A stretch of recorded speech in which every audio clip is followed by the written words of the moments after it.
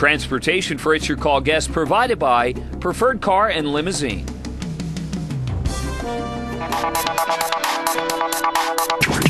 I think the two of them are the only people who know exactly what happened and who provoked who and what actually happened. And all the hype and the spin afterward is just us talking about it. So only they know how far they took it. I think she was wrong for taking him back. You know, he was abusive, and I don't think anyone should be in an abusive relationship. I think that she's a moron for taking him back, and I think it's extremely offensive for young girls today to think that it's all right to accept someone back who beat on you, because they're not going to change, and she is a role model, and if something bad happens to her again, the public sympathy is gone. It's physical abuse. Like, once a guy hits you, you know, what makes you think he won't do it again?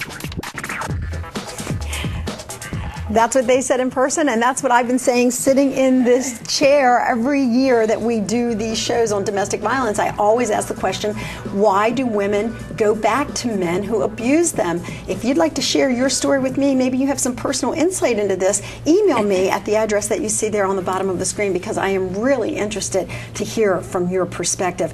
We're talking a little bit about Rihanna and Chris Brown and why she would go back. Her reasons are, you know, mirroring what other women are saying as well, yes, all across the country. But the question that I wanted to ask you is, if they stay together, now what? What do they need to do to make sure something like this never happens again? Well, the first thing they need to do is make sure they take a personal inventory of themselves and go seek help individually. And if they do that, then they can hopefully then start to figure out, okay, is this the right step for us to stay together?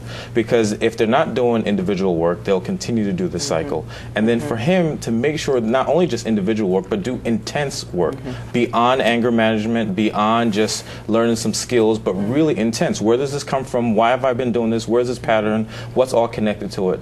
And then to try, hopefully, to rebuild trust and safety, because that's what was taken away, and that's going to take the longest to rebuild. Now, do you guys suggest when a couple makes the decision to stay together and work on their relationship and work on the issues that George just mentioned, that they actually continue to have a relationship, or do you put distance between yourselves? Not at all. You can't. Chris Brown has issues right now. Rihanna has issues right now. They can't be together. I think them being together is a bad move. It's a disgrace, Rihanna's part, to me, and all women who are looking up to her, because she's not being a strong woman in this situation, to me, to say the least. So I don't want them to be together. I want Rihanna to stand up as a woman and say, you know what, I need to figure some things out. He needs to figure some things out, and then maybe once we get everything figured out, we can come back together. But no, not right now. You know, one of the things that we see, though, because we run a hotline and we get over 700 hotline calls a year, people are afraid to call the hotline because they're afraid that we're going to try to talk them out of the relationship. We're going to try to convince them to leave. And we encourage people to call. We don't have any preconceived ideas. You know, we may personally, but the way that our staff and our volunteers are trained, we don't have any preconceived ideas about what's right for you. We're going to try to help you figure out what's right for you. Because I think that fear that, you know, oh, if I make this call, I'm going to have to leave, that keeps people from making that first call to start getting some insight and some help. And very similar in terms of what I do, where I'll get a lot of men who come in who are struggling with it because they don't want to talk about it. They know their relationship needs help, but they don't want to be blamed. As much as they need to take responsibility, they're concerned or afraid to deal with that responsibility, so they just won't seek help.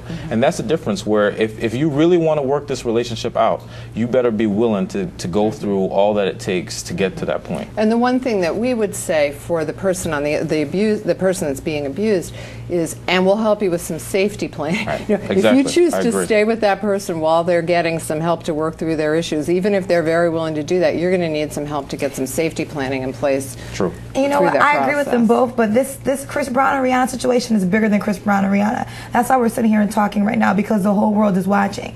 And I really want them to be an example of doing the right thing. There's a young woman right now who loves Rihanna, who's being beat by her boyfriend, and probably will say, well, Rihanna took Chris Brown back, maybe I can give you another chance. Or she left, so maybe I should leave. You know, unfortunately, they're being an example to the whole world, so it's bigger than both of them. So I think they both should do the right thing and separate, at least for now, until they get their things together. There were a lot of rumors going around. They were together, they were off, they were back on, they were off. At P. Diddy's house. There was a duet recorded, and then that was you know, shot down as just a rumor. Right now, you suggest that they part. Most definitely. But should she take advantage of this opportunity now to kind of become a spokeswoman for the cause of domestic violence? Are her actions literally going to speak louder than words? Yes, I hope one day she is ready for that. But from what I'm seeing, because everything is a rumor form, but I heard that she changed her phone number, so now her father can't get in contact with her. So she's like kind of secluding herself. That is a rumor form. But I think she's not ready to be that role model that I want her to be, that you just mentioned that she should be. But I think eventually she will become, whether she wants to or not, because she's going to have to do an interview again one day. And that question is going to come about. And we're going to want to hear from her. Because right now we haven't literally heard from her. When you think about it, everything we're hearing is rumor form, what this person said, what that person said. Rihanna hasn't said anything, literally, since everything happened. Well, wait a second. It's interesting because you say she hasn't said anything. She may not say anything. And that's where I wanted you to comment, Wendy, from a former prosecution perspective. Does it hurt the prosecution's case if she doesn't come forward and if she doesn't press charges? Do they drop this case against him like so many other domestic violence cases are dropped? Listen, it's always better to have the victim in the courtroom to be able to tell what happened. They are the ones that can speak the most to what occurred. They could talk about what led up to the explosion. They could explain their injuries. They could talk about the facts. But in a lot of domestic violence cases, the DA doesn't have that advantage. Why? Because, again, of this dynamic, as warped as it may be to me and others that have my opinion about why a woman would go back and why a woman would want to shut her dad out or shut law enforcement out. They do it. And that's the picture that's often presented to the DA. However, because of the photographs of the injuries, because of medical records, presumably a hospital visit where Rihanna was treated and other domestic violence victims, that information can be admitted to court as well as any spontaneous utterances that she makes. So things that she says to the police right away when they come to the scene, things that she said on the phone to people she spoke to, those are all admissible under hearsay exceptions. So the DA can move forward without the victim to make sure that the abuser and his issues get addressed through the court system. Well, certainly this picture that we are seeing on the screen here, courtesy of TMZ, would be very strong powerful evidence for the prosecution. Even without Rihanna, if she chooses to take what I perceive would be the wrong road in not moving forward, to protect herself. And also, I think the point about her being an example to other women and young girls. I mean, you're talking about the young girl who has a boyfriend who's abusive and willing to stay with him because of Rihanna. And I think that's really part of the issue, because it's terribly upsetting. It would be good if they actually could work through this and be a shining example of a couple that took therapy seriously, did the counseling that was necessary, took the classes that were necessary, and then came out on the other side ahead. That would be wonderful. Anybody think that's going to happen here? No. Unfortunately. No. Okay. In a perfect world, Lynn. That's all the time that we have on the topic, but I do want to thank everyone for being with us. And Beth, I do want to give you a chance real quick to tell us about Laurel House and what its purpose is, because I know that I misspoke when I said it was a residential treatment house. That's fine. Thank you. Laurel House is a domestic violence agency. We serve all of Montgomery County because of safety issues. We end up serving people from surrounding counties as well. We have a shelter, counseling.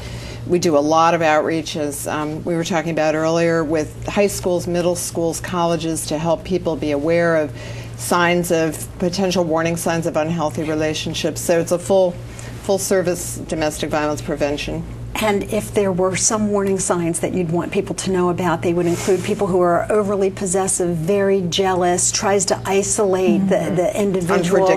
Unpredictable, and shows violence in other situations. Absolutely. Okay. Absolutely. If any of this is of concern to you and you need help, we've been giving you some hotlines along the way. Please seek help if you feel like you need it. If you have an opinion that you'd like to share with us, you can email me at tcn_IYC@cable.comcast.com. Be safe. Bye-bye.